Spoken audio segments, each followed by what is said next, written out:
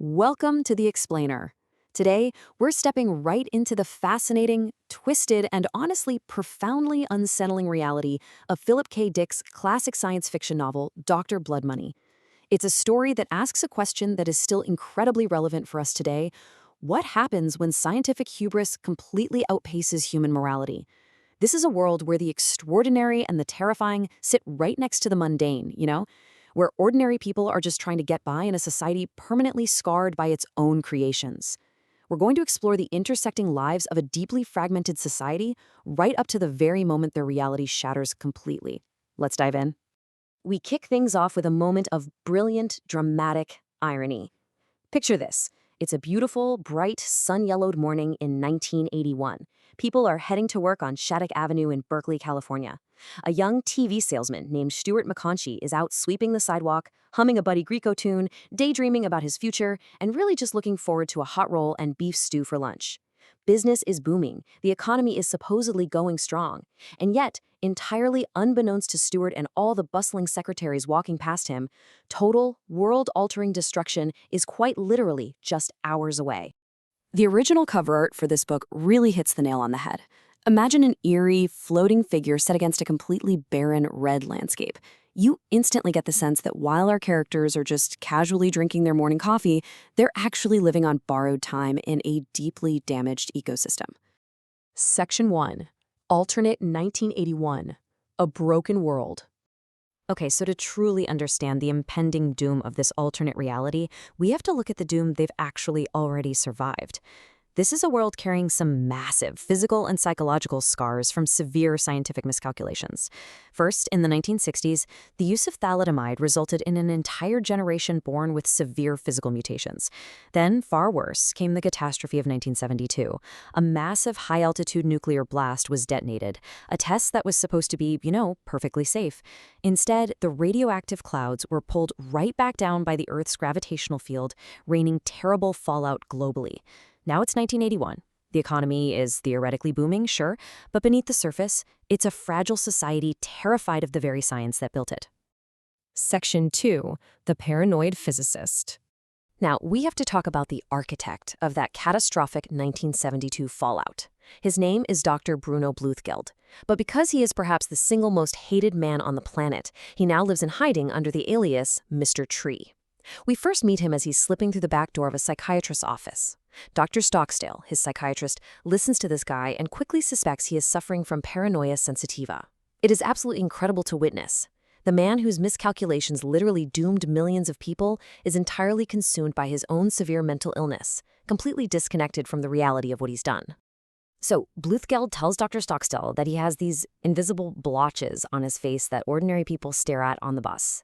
He truly believes people, especially lower-class citizens, can read his innermost thoughts. He thinks international communist agents are actively hunting him down. But here is the most terrifying detail of the whole shebang.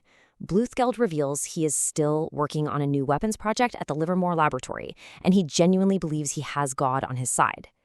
Think about the crazy irony there. A man terrified of invisible blotches on his face is simultaneously developing apocalyptic weapons.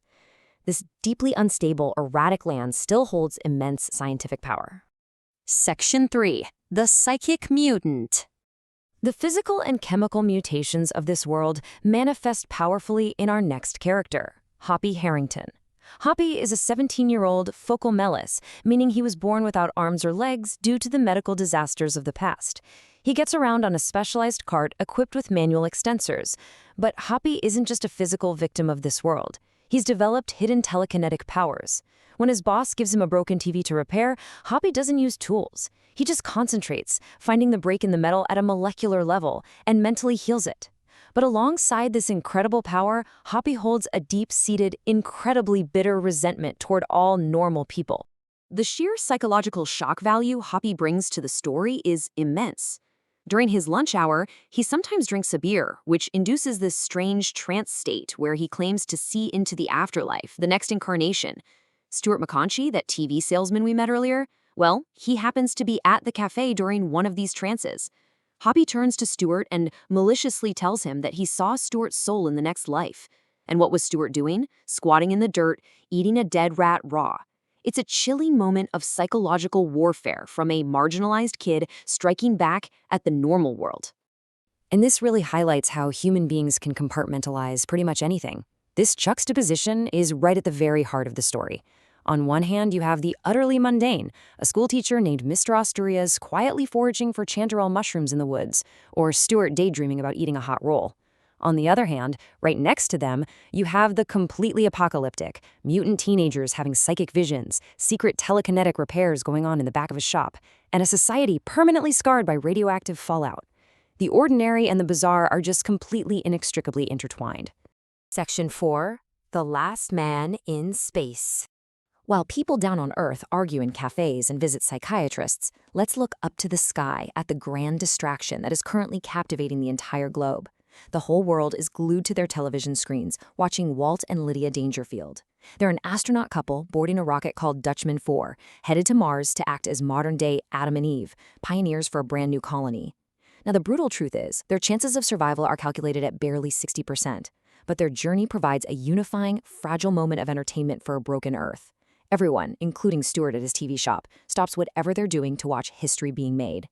Before stepping into the rocket, Walt Dangerfield speaks to the press, and he has this wonderful, mordant wit about him. He jokes with the reporters, telling them, "Just remember this. If something happens to us, if we get lost, don't come out looking for us."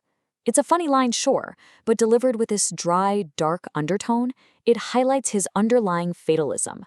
He knows exactly what kind of massive gamble he and his wife are taking to escape the Earth. Section 5. The Red Alert. So, we finally reach the crucial breaking point. All these isolated, intersecting lives abruptly slam right into a brick wall. The Dangerfields are up in orbit. Down on Earth, Stuart is back at the TV shop.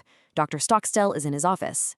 And then, inside the electronics shop, the live broadcast of the Dangerfields suddenly vanishes. The screens go entirely blank. No picture, no sound. A moment of utter confusion ripples through the crowd, quickly followed by pure, unfiltered terror as a repairman runs up from the basement screaming two words: Red Alert. The automated defense systems have failed, or maybe the fragile political tensions have just finally snapped. The bombs are falling. High up in space, strapped into the Dutchman 4, Walt Dangerfield is waiting for his final trajectory coordinates. But instead, the voice of Mission Control crackles into his earpiece with this absolutely chilling transmission. "Walter, we are under attack down here. God save us." And then the connection goes completely dead. Walt unstraps himself, floats over to the viewport, and helplessly watches tiny matches of fire begin to light up the globe below. Down on the surface, the visceral, physical impact of the bombs actually hits. Stuart McConchie and a group of frantic strangers tear open the metal doors of an old sidewalk storage basement. They jump down into the dark, cold cavity, pressing themselves into the dirt and dead sow-bugs. The ground literally jumps. Blam, blam, blam. Stuart squeezes his eyes shut, burying himself beneath a pile of other terrified people, just praying the wind of destruction passes overhead. The catastrophe hits each of our archetypes in profoundly different ways. Stuart hides in the dirt. Dr. Stockstill is trapped in a screaming mob in a bank basement, suddenly struck by the philosophical realization that the attack isn't motivated by hate. It's just the cold, impersonal breakdown of machinery. Walt Dangerfield is marooned in orbit, forever separated from the world he was trying to leave behind. But perhaps most disturbing of all is Hoppy Harrington. As the sirens wail outside, Hoppy's face lights up. He shivers, his mechanical arms dancing. He is grinning with absolute, terrifying joy, realizing that the normal world that rejected him is finally coming to an end. Which brings us to the ultimate question posed by the source material. We've seen the buildup, and we've witnessed the devastating climax that shatters their reality. But, the story doesn't actually stop at the explosion. The full title of the novel is Dr. BLOODMONEY, or How We Got Along After the Bomb. If this is how their world ends, with the paranoid physicist, the telekinetic mutant, the trapped astronaut, and the terrified salesman, how on earth do these survivors actually rebuild? What kind of society will rise from the radioactive ashes of 1981? That is the fascinating mystery left burning in the fallout.